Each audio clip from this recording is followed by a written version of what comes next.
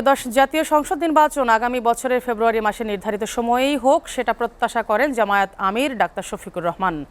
তিনি বলেছেন, শরীফ ওসমান হাদির জনপ্রিয়তা সহ্য করতে পারেনি বলেই ষড়যন্ত্র করে হাদিকে সরিয়ে দেওয়া হয়েছে। কিন্তু খুন করে বিপ্লবীদের চেতনাকে হত্যা করা যায় না, তা আরও ছড়িয়ে পড়ে। ফজর নামাজের পর ওসমান হাদির কবর জিয়ারত শেষে কথা বলেন তিনি। এ সময় হাদির কবরে দেখা যায় অসংখ্য ভক্ত অনুরাগীদের সমাগম। সকলের একটাই দাবি, হাদি হত্যার সুষ্ঠু বিচার। সিফাত ফারুকের প্রতিবেদন।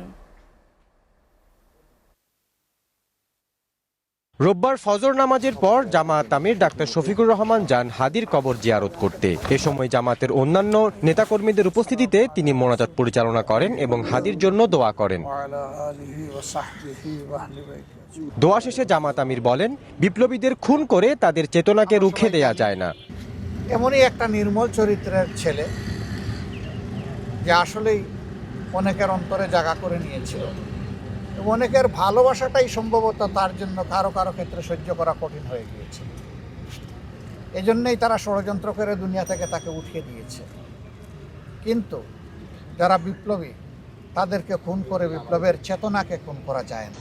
এদিকে বেলা বাড়ার সাথে সাথে হাদির কবরে দেখা যায় অসংখ্য ভক্ত, সতীর্থ ও অনুরাগীদের সমাগম।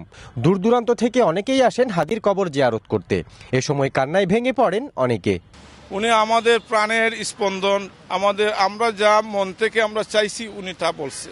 হাদি ভাই এই জিনিসটাই আমাদেরকে শিক্ষা দিয়ে গেছে যে আমরা দল মত নির্বিশেষে আমরা সবাই ঐক্যবদ্ধ হয়ে বাংলাদেশকে আরো সামনের দিকে এগিয়ে নিয়ে যাওয়ার জন্য।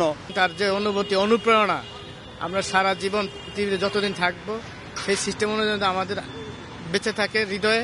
এই রাষ্ট্র কোনো একটা না সাধারণ নাগরিকের নিরাপত্তা দিতে পারে না। হাদি আমাদের দেশের একটা সম্পদ ছিল।